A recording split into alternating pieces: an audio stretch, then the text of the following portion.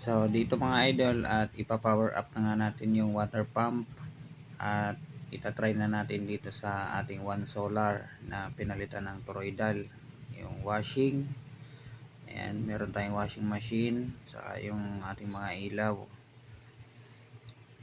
Ayan, ilaw. So bali ang ilaw natin mga idol ay 5, saka isang electric fan, tapos yung ating water pump na 0.5 horsepower.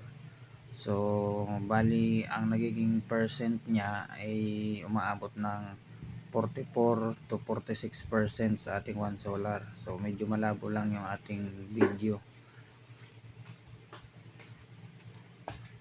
Ayan, di makita siya kasi medyo madilim yung ating video. So alas 8 pa lang ng umaga yan mga idol na pinower up natin yung ating inverter. So ang battery pa lang natin ay 12.3.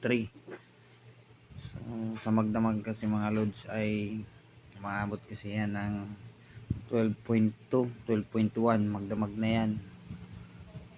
So yan yung ating inverter na One Solar na pinalitan. So kaya niyang i-power ang 0.5 horsepower na water pump.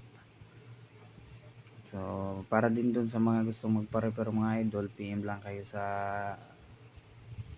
aking YouTube channel or mag-comment lang kayo para mabasa ko yung inyong mga comment at may PM ko kayo sa inyong mga messenger. So ayan, nakapuno na tayo ng tubig.